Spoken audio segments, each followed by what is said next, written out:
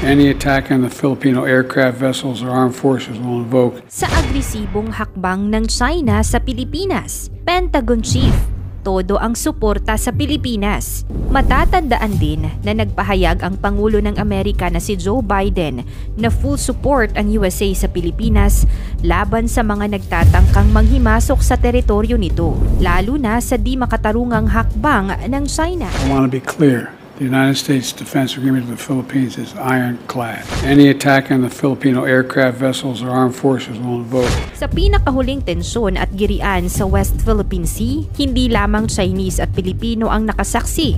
Kahit ang Amerika na sa Pilipinas kumakampi ay hindi mapakali sa ginawa ng China sa Pilipinas na pang-aapi. Makailang ulit na rin ang pambubuli at pambubomba ng water cannon ng China sa Pilipinas. Pero itong nangyari noong March 23, ito ang pinakamatindi dahil sugatan ang mga sakay nito at halos masira ang bangka ng Pilipinas. Ayon sa PCG, ang ginawa ng China ay irresponsable at pagbaliwala sa Convention on the International Regulations for Preventing Collisions at Sea. Pero ayon sa China, ang insidente ng pambobomba ng tubig ay nagsagawa lamang daw sila ng regulatory actions dahil di umano tumupad sa pangako ang Pilipinas at nagpadala ng mga barko sa Ayungin Shoal. Tinawag nila itong pagtitrespass o panghihimasok. Tila nang gugulo daw ang Pilipinas at sadya daw sinisira ang kapayapaan at stability sa South China Sea. Ang embahada ng Amerika, European Union, Japan at New Zealand ay nababahala daw sa nangyari at sinasabing dapat pairali ng international law. Bakit sa Pilipinas kumakampi at sumusuporta ang malalakas na bansa instead na sa China? At ano ang The Pentagon ng Amerika? At bakit napakahalagang kakampi ito ng Pilipinas? Yan ang ating aalamin. Ano ang Pentagon ng USA? Ang Pentagon ay isang large five-sided building sa Arlington County, Virginia na pangunahing headquarters ng US Department of Defense. Kasama dito ang tatlong pangunahing military services, ang US Army, US Navy at US Air Force. Muling pinagtibay ni United States Defense Secretary Lloyd Austin ang suporta ng Amerika sa Pilipinas kasunod ng panibagong agresyon ng China sa West Philippine Sea. Binigyang diin din ni Sec. Austin na kaisa ng PH ang Amerika sa pagdepensa sa sovereign rights at jurisdiksyon nito sa pakikipag-usap ng US official sa telepono ng PH Defense Sec. Gilbert Teodoro Jr. Tinalakay din ng dalawang opisyal ang kahalagahan ng pagpreserba sa karapatan ng lahat ng mga bansa na maglayag, magpalipad at mag-operate ng ligtas at responsable saan man na pinapahintulutan sa ilalim ng international law at nangakong papataasin pa ang bilang ng bilateral initiatives para sa Armed Forces of the Philippines. Binigyang diin pa ang 1951 Mutual Defense Treaty sa pagitan ng dalawang bansa sakaling magkaroon ng armadong pag-atake. Una na ngang sinabi ni Pangulong Ferdinand Marcos Jr.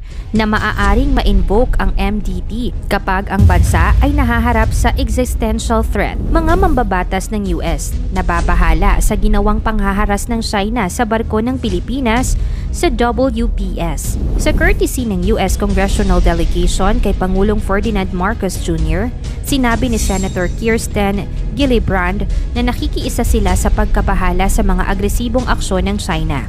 Mariin din kinundinan ng gobyerno ang ginawang panghaharas ng China Coast Guard. Matatanda ang muling binomba ng water cannon ng China ang barko ng Pilipinas na maghahatid sana ng supply sa mga sundalo sa BRP Sierra Madre. Samantala, sinabi naman ni Gillibrand na nais ng Amerika na palakasin pa ang ugnayan ng Pilipinas sa emergency, minerals at commerce. Malaki anyang ambag ng mga Filipino sa ekonomiya ng Amerika na kinukonsidera nilang mga kapatid. Kaugnay nito, umaasa naman si Pangulong Marcos na magiging produktibo ang panahong igugugol ng mga mambabatas ng US sa bansa sa gitna ng pagtalakay sa geopolitical issues. India, suportado din ng Pilipinas sa isyu ng West Philippine Sea. Kinikilala ng India ang paninindigan ng Pilipinas sa isyu ng West Philippine Sea, pati na ang 2016 ruling ng Arbitral Tribunal na invalid ang claim ng China sa mga teritoryo ng Pilipinas. Nakipagkita kay Pangulong Ferdinand Marcos Jr. sa Malacanang si Indian Minister of External Affairs Subramaniam Jaishankar at personal na ipinaabot ang mensahe na kaisa ito sa Pilipinas sa pagsusulong ng pandaigdigang batas para mapanatili ang kapayapaan at kaayusan sa Indo-Pacific region. Sinabi ng Indian official na handa na ang kanilang bansa na maging charter member ng Pilipinas kung ang pag-uusapan ay ang pagiging agresibo ng China sa South China Sea. Matagal nang may galit sa China ang India. Guess what?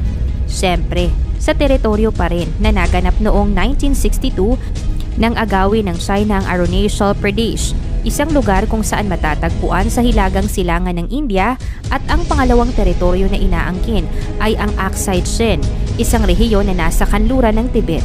Noong 2023, naglabas ng mapa ang China na nagpapakita na bahagi daw ng teritoryo ng China ang Arunachal Pradesh at Aksai Chin, at ito daw ay kasama sa kanilang ancient Chinese Empire. Nagalit ang India sa pag-angking ito ng China sa kanilang teritoryo. Matatandaan din na pumanig sa atin ang bansang United Kingdom at Canada pagdating sa tila pambubuli sa West Philippine Sea.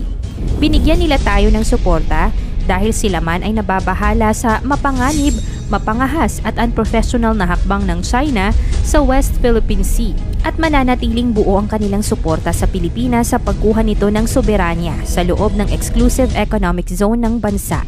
Malaking bagay sa Philippine Coast Guard ang suporta ng Canada, Amerika, Australia at iba pang mga bansa.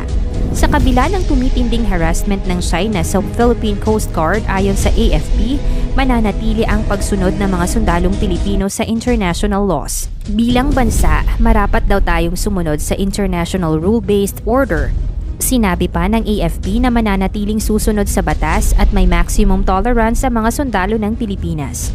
Sa patuloy na panggigipit ng China sa West Philippine Sea, ano ba ang dapat gawin ng Pilipinas na hindi na ito umabot sa matinding tensyon at digmaan?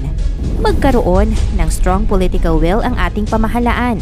Ipaglaban ang sariling atin dahil napatunayan naman natin na atin talaga ang West Philippine Sea sa legal na basihan. Patuloy tayong makipag-ugnayan sa mga kaalyadong bansa. Hindi basta-basta ang China.